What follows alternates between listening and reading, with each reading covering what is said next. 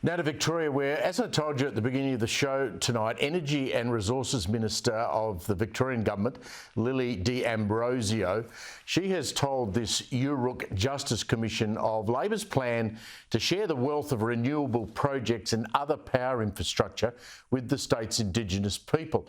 Now, on top of that, royalties on the state's mineral extraction, which earned the state more than $1 billion over the last decade, could also be targeted. Plus, of course, this is the minister who wants gas bans. So if you want a gas top cooker or you want to heat your hot water with gas domestically, you won't do it. And imagine what that's going to do to industry. For more on this, I'm joined by Victoria's Shadow Treasurer Brad Rowswell, who is with us in the studio. Thanks for your time again. Pleasure, Steve. What are these policies going to do to attracting business to Victoria? Well, it's the latest harebrained idea coming from Lily D'Ambrosio. For the 10 years that she's been in the job, Steve, she's been pledging to Victorians that energy prices are going to go down, down, down. That's her quote. Yep. It's what she said in the Parliament, and Victorians know, whether they be domestic users or businesses, only know that power prices have been going up, up, up. Now, her proposal will, in my mind, add further costs to users' energy bills. And in the middle of a cost of living crisis, that's not a good thing at all. So we have various radicalised ministers in this government. Would you consider she is one? Well, it's quite clear that the Labor government's energy policy is being driven by ideology here in Victoria and not practicality. Well, this gas stuff's crazy. Well, she does want to ban gas. She wants to ban the Bunnings barbecue. She wants to ban the wok. And I'd love to see how that goes down in some Labor-held seats in the Box Hill and other areas. It's not right. As a coalition, we've pledged to reverse that ban. There is gas in Victoria at the moment. It should come out of the ground. It should be used to bring energy prices down.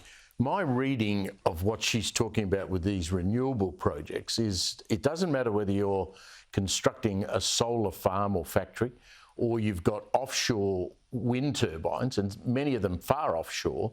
She is going to declare that the Indigenous group of people common to that area should benefit from those projects being put in. So I'm not a treasurer or a shadow treasurer, but wouldn't a company, many of them foreign owned, look at that and go, well, why would we invest there? We can go and do it somewhere else and we don't have to pay that penalty.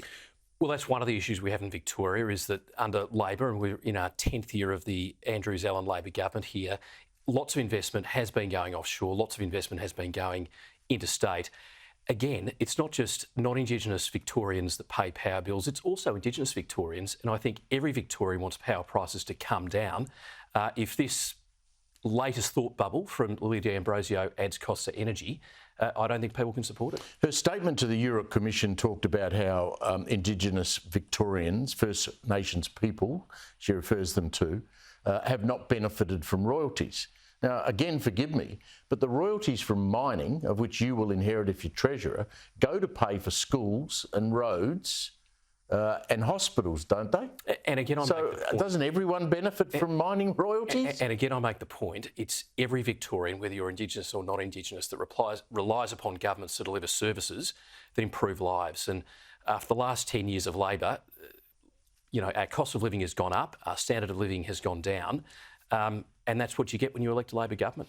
Well, the election's still, 2.5 years away, sadly for many Victorians.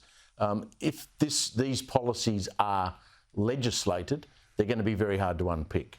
Well, are they not? Maybe. Let's wait and see. At this point in time, what the Minister has said has been a thought bubble within this commission. Let's see if it translates to legislation before the Parliament and have it out at that point.